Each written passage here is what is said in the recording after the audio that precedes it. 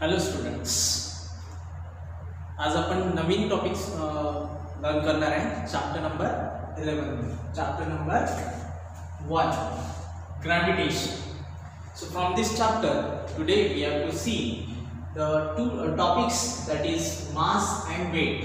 First of all we will discuss the mass and then we will discuss the weight. So student, let us start from the mass. Mass काय आहे? Suppose आपण suppose एखादा हा object घेऊ आपण, ज्याचा size इतका वाटतो आपल्याला, आणि एक ऑब्जेक्ट हा आहे तर याचा साईज इतका मोठा दिसते. त्याचं कारण आहे याच्यामध्ये असलेलं क्वांटिटी ऑफ मॅटर. याच्यामध्ये क्वांटिटी ऑफ मॅटर जास्त असल्यामुळे याचा साईज जास्त झाला. याच्यामध्ये क्वांटिटी ऑफ मॅटर कमी असल्यामुळे, मॅटर कमी आहे म्हणून या ऑब्जेक्टचा साईज कमी दिसणार. जर समजा आपण याचा वेट पाहिलं, मास पाहिलं, तर आपल्याला नक्कीच हे जाणवते की याचा मास जास्त आहे. म्हणजे हा ए ऑब्जेक्ट असेल, हा बी ऑब्जेक्ट असेल, तर mass of B object is greater than mass of A object. बरोबर आहे. सपोज हा ऑब्जेक्ट जर समजा 20 kg असेल तर हा ऑब्जेक्ट नक्कीच 20 पेक्षा जास्त असेल. सपोज 200 kg असेल. आता याचं मास जास्त आहे, याचं मास जास्त आहे. त्याचं कारण आहे याच्यामध्ये प्रेझेंट असलेला अमाऊंट ऑफ मॅटर जास्त आहे म्हणून याचं वेट किंवा याचं मास, याचं मास जास्त आहे. बरोबर आहे. अमाऊंट ऑफ मॅटर, ज्या ऑब्जेक्टमध्ये अमाऊंट ऑफ मॅटर जास्त असेल त्याच्यामध्ये मास जास्त आहे असं आपण म्हणू. आणि मास जास्त आलं तर वेट सुद्धा जास्त असतेच. बरोबर. कारण मास आणि वेट हे रिलेटेड आहे, आपण ते पाहू पुढे. बरोबर आहे. तर मास मीन्स काय होते, तर amount of matter present in the object, amount of matter present in the body is non as mass. So what is mass? Mass is the amount of matter present in the object. Mass is the amount of matter present in the object. एखाद्या ऑब्जेक्टमध्ये किती amount of matter आहे त्याला आपण काय म्हणतो, त्या ऑब्जेक्टचा मास. एखाद्या ऑब्जेक्टमध्ये किती अमाऊंट मध्ये मॅटर आहे त्या अमाऊंट ऑफ मॅटरलाच काय म्हणतो, ऑब्जेक्टचा मास. बरोबर आहे. अमाऊंट ऑफ मॅटर किंवा मॅटर म्हणजे काय, तर जे गोष्ट आपल्याला दिसते, आपण पाहू शकतो, ज्याचा सेन्स करू शकतो, ते सगळं काय मॅटर आहे. बरोबर आहे. Air is a matter, water is a matter, everything is a matter. बरोबर आहे. तर ज्या गोष्टीला मास आणि व्हॉल्यूम असते त्याला आपण काय म्हणतो, मॅटर. आणि हे अमाऊंट ऑफ मॅटर जितकं जास्त तितकं जास्त मास. कारण मास काय, mass is the amount of matter present in the body किंवा amount of matter present in the object. What is mass? Mass is the amount of matter present in the object. बरोबर आहे. समजा एखादा Apple घ्या, ॲपलमध्ये size इतका दिसते कारण त्याच्यामध्ये अमाऊंट ऑफ मॅटर तेवढं आहे. बरोबर आहे. एखादा पपया घ्या, बरोबर आहे, त्याच्यामध्ये मॅटर जास्त असल्यामुळे त्याचा साईज जास्त आहे, त्याचं वेट जास्त आहे. बरोबर आहे. इथं लक्षात, ते मासवर डिपेंड करते. तर मास कशावर डिपेंड करते, अमाऊंट ऑफ मॅटरवर. अमाऊंट ऑफ मॅटर जास्त तर मास जास्त. जसं आज माझं वेट जर समजा 50 kg असेल किंवा 60 kg असेल, माझं वेट 60 kg आहे, त्याचं कारण आहे की माझ्यामध्ये तितक्या प्रमाणात मॅटर आहे. बरोबर आहे. माझ्यापेक्षा समजा एखादा मोठा व्यक्ती असेल, त्याचं मास 90 kg आहे, त्याचं मिनिंग काय होते की त्याच्यामध्ये अमाऊंट ऑफ मॅटर जास्त आहे. तर अमाऊंट ऑफ मॅटर जास्त असल्यास त्याचं मास सुद्धा जास्त असते. अमाऊंट ऑफ मॅटर कमी असल्यास त्याचं मास सुद्धा कमी असते, वेट सुद्धा कमी असते. बरोबर आहे. साईज सुद्धा कमी असते. तर लक्षात येत आहे, मास म्हणजे काय होते, the amount of matter present in the object. Amount of matter present in the object. बरोबर आहे. चॉक कशाने बनलेला आहे, त्याच्यामध्ये असलेल्या CaCO3 या मॅटरने बनलेला आहे. अमाऊंट ऑफ मॅटर इतकं असते म्हणून त्याचं साईज इतकं असते. जर समजा आपण एखादी वीट घेतली, ब्रिक, तर त्या ब्रिकमध्ये अमाऊंट ऑफ मॅटर जास्त आहे म्हणून त्याचा साईज जास्त आहे, त्याचा वेट जास्त आहे, त्याच्यामध्ये मास जास्त आहे, बरोबर आहे. तर अशा प्रकारे व्हॉट इज मास? तर mass is the amount of matter present in the body. हे तुम्ही लिहून घ्या, नोटबुक मध्ये नोट डाऊन करायचं हे जे लिहिलेलं आहे आणि इकडे समजून घेऊ.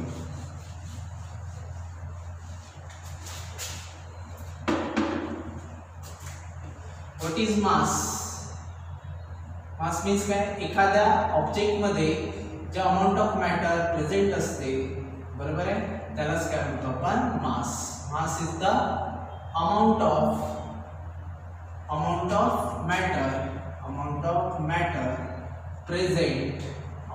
Matter present in the object or body.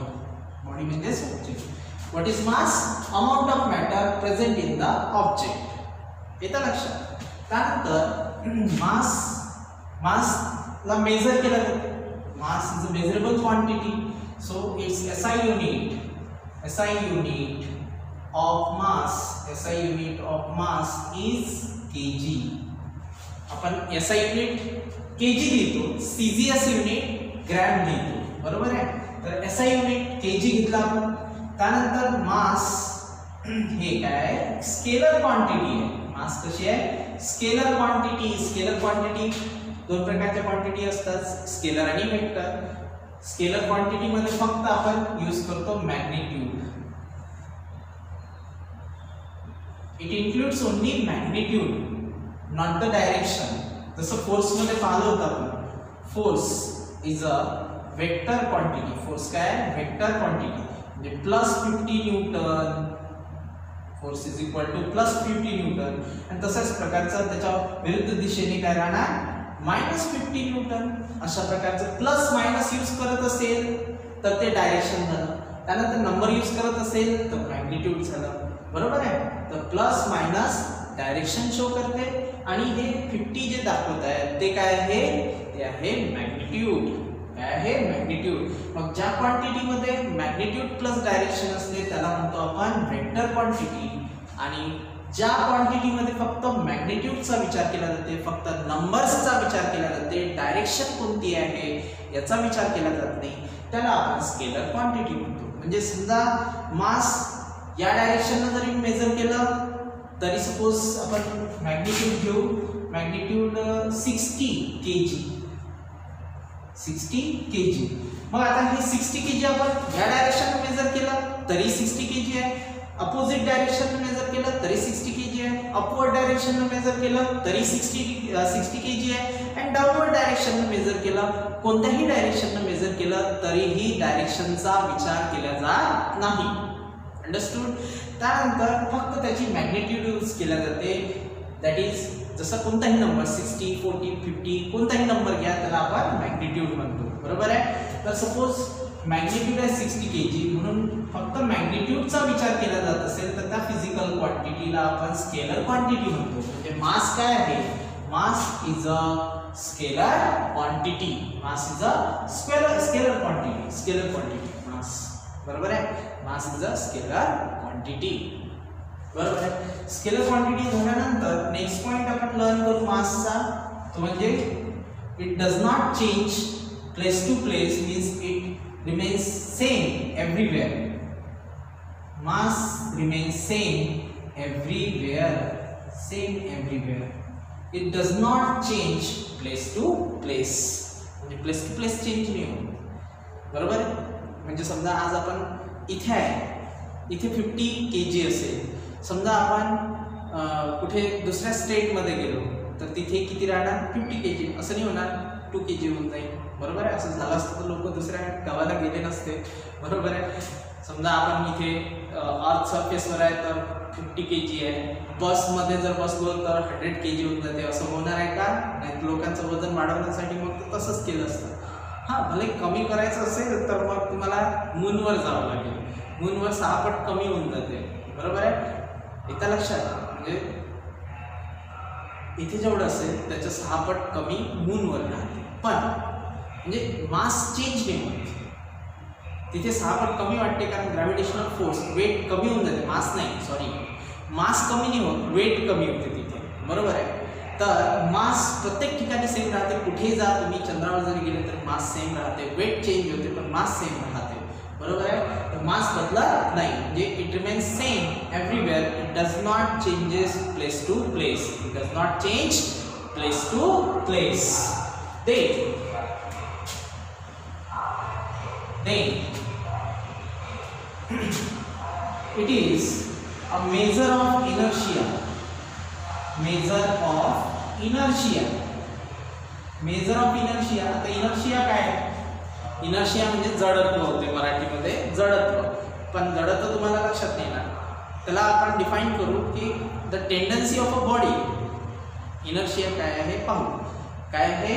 The tendency of a body, the tendency of a body to remain in a state of rest or in a state of motion.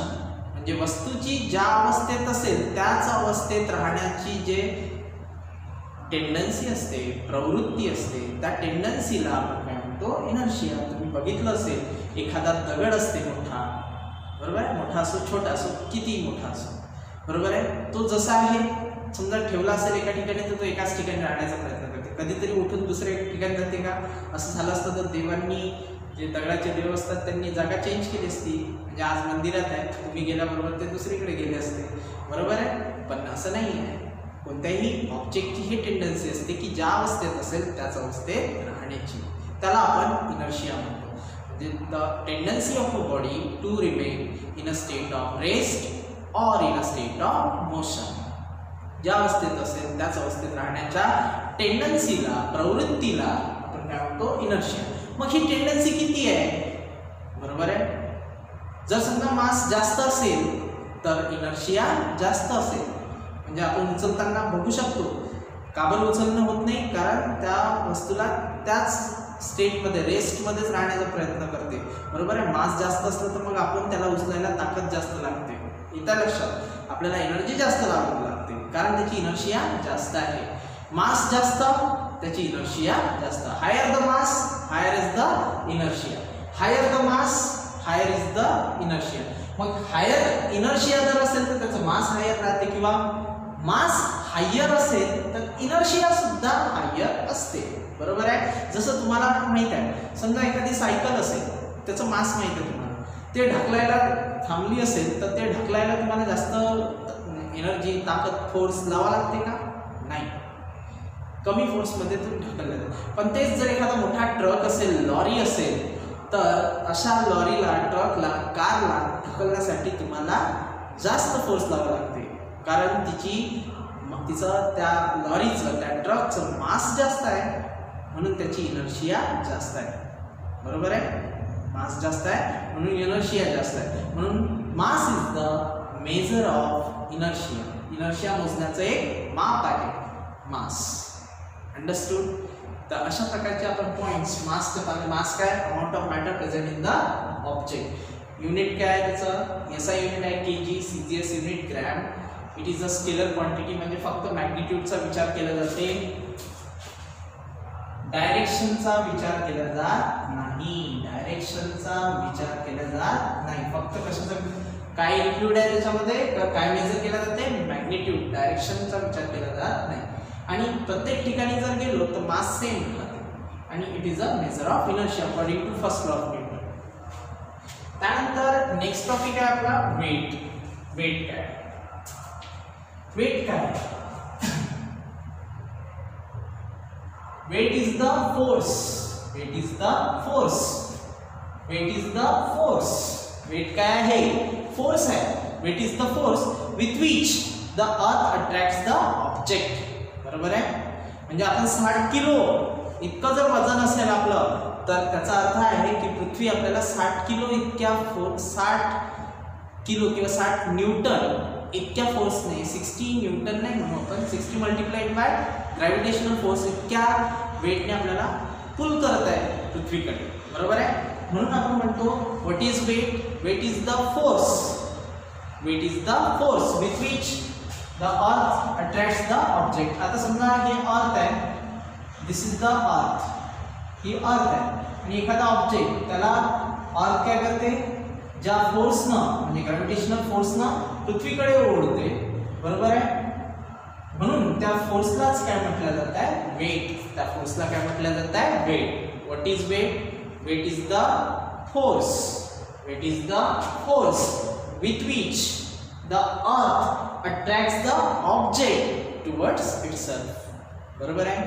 ज्या फोर्सनं अर्थ एखाद्या ऑब्जेक्टला खाली ओढते किंवा स्वतःच्या दिशेने ओढते त्या फोर्सला आपण वेट म्हणतो. What is weight? पृथ्वी किंवा अर्थ ज्या फोर्सने, जितक्या फोर्सने एखाद्या ऑब्जेक्टला स्वतःकडे ओढून घेते त्या फोर्सलाच आपण काय म्हणतो, वेट. बरोबर आहे. तर वेटचा जो फॉर्म्युला आहे तो आहे weight is equal to mg. Weight is equal to mg. Weight is equal to mg. Where m is the mass, m काय mass, and g is the acceleration due to gravity. Acceleration due to gravity or earth acceleration, force of acceleration. m into g, w is equal to m into g, mass into acceleration due to gravity. आता formula हा कसा derive केला गेला तर आपण म्हटलं आहे by definition मध्ये काय म्हटलं आपण, weight is the force. Weight is the force with which the earth attracts the object towards itself. म्हणजे W काय आहे, फोर्स आहे. मग फोर्स किती असते, gmm upon r square. gmm upon r square. gmm upon r square. याला आपण असं लिहू शकतो, small m into gm upon r square. gm upon r square. gm upon r square. मग आता gm upon r square म्हणजे काय, तर m into g. since g is equal to काय फॉर्म्युला पाहिला होता आपण, acceleration due to gravity मध्ये काय फॉर्म्युला पाहिला होता आपण, g small g is equal to gm upon r square. आता म्हणून आपण याची व्हॅल्यू आपण काय ठेवली ते g, म्हणजे सांगा त्याला w is equal to m into g. येतं लक्षात. अशा प्रकारे weight is equal to mg. ठीक आहे. आता वेटचा जो युनिट आहे दॅट इज न्यूटन. वेटचं युनिट काय, न्यूटन. वेटचं युनिट काय, न्यूटन. आणि वेट हे अर्थवर वेगळं आहे, मूनवर वेगळं आहे आणि आणखी दुसऱ्या प्लॅनेटवर गेलं तर तिथे वेगळं आहे. म्हणजे जी ची व्हॅल्यू चेंज झाली तर वेट चेंज होते. मास तर चेंज होत, mass is same everywhere. Mass constant राहते, मास चेंज होत नाही, मास कॉन्स्टंट आहे. पण काय चेंज होते, g acceleration due to gravity change होते, त्यामुळे वेट सुद्धा चेंज होते. तर अशा प्रकारे आपण वेट सुद्धा पाहिलं. वेट काय आहे, weight is the force with which the earth attracts the object. What is the formula of weight? Weight is equal to mg. तो कसा डिराइव केला आपण इथे पहा. gmm upon r square म्हणजे फोर्स होते, पण यालाच आपण अरेंज करून दिलं m into हा m आपण इकडे दिला आणि gm upon r square इकडे दिलं. gm upon r square म्हणजे काय ते स्मॉल g, म्हणून w चा फॉर्म्युला आहे ते w is equal to m into g. त्यानंतर इट्स युनिट, याचा युनिट न्यूटन आहे, सीजीएस युनिट डायन आहे. ठीक आहे. त्याच्यानंतर न्यूटन हे फोर्स, वेट हे वेक्टर क्वांटिटी आहे. वेट काय आहे, vector quantity. Vector quantity, vector quantity आहे. मासवर डिपेंड करते, सॉरी जी वर डिपेंड करते, ॲक्सेलरेशन ड्यू टू ग्रॅव्हिटी. ठीक आहे. आणि मासवर पण डिपेंड करते. मास वाढलं तर वेटही वाढते. म्हणजे एखाद्या ऑब्जेक्टचं मास 20 आहे तर तिथे दुसऱ्या ऑब्जेक्टचं मास जर समजा 40 असेल तर याचं मासपेक्षा हे मास जास्त. तर अशा प्रकारे आता सर्वात महत्त्वाची गोष्ट म्हणजे आपण पॉईंट्स तर कव्हर केले आहे सर्व, बरोबर आहे. Weight is the force with which the earth attracts the object. Formula त्याचा युनिट न्यूटन. वेक्टर क्वांटिटी आहे. वेक्टर क्वांटिटी आहे म्हणजे आपण जर समजा एखादा ऑब्जेक्ट असेल, हा जर खाली ओढला आणि याचा वेट जर समजा 98 न्यूटन असेल खाली ओढताना प्लस मध्ये, पण जर समजा हा ऑब्जेक्ट वर फेकला असेल तर याचं वेट प्लस 98 न्यूटन नाही, मग राहणार ते मायनस 98 न्यूटन. म्हणजे आपण काय करून राहिलो, we are considering the direction as well as magnitude.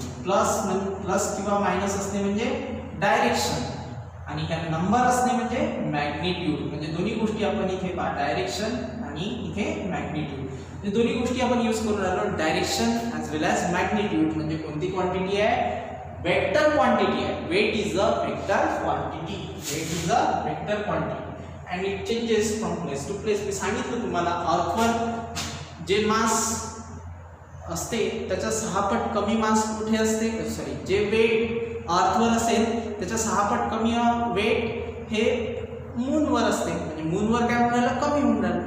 एखाद्या ठिकाणी जास्त होईल म्हणजे ते कमी जास्त होते, बदलत राहते. Changes from place to place means the weight changes from place to place. Understood? So we can distinguish the mass and weight. तर तुम्ही काय करा की असे 4 पॉइंट काढायचे की जे डिफरन्स दाखवतात मास आणि वेट मध्ये. तर एक क्वेश्चन खूप इम्पॉर्टंट बनते याच्यावरती बोर्ड एक्झाम मध्ये, differentiate mass and weight. Right the difference between mass and weight. Mass आणि वेट यांच्यामधला डिफरन्स आपल्याला विचारतात. तर तुम्ही याच्यावरून डिफरन्स बनवू शकता, बरोबर आहे. डेफिनेशनचा डिफरन्स आहे, युनिटचा डिफरन्स आहे, स्केलर वेक्टरचा डिफरन्स आहे, सेम राहते, मास सेम राहते, वेट चेंज होते, बरोबर आहे.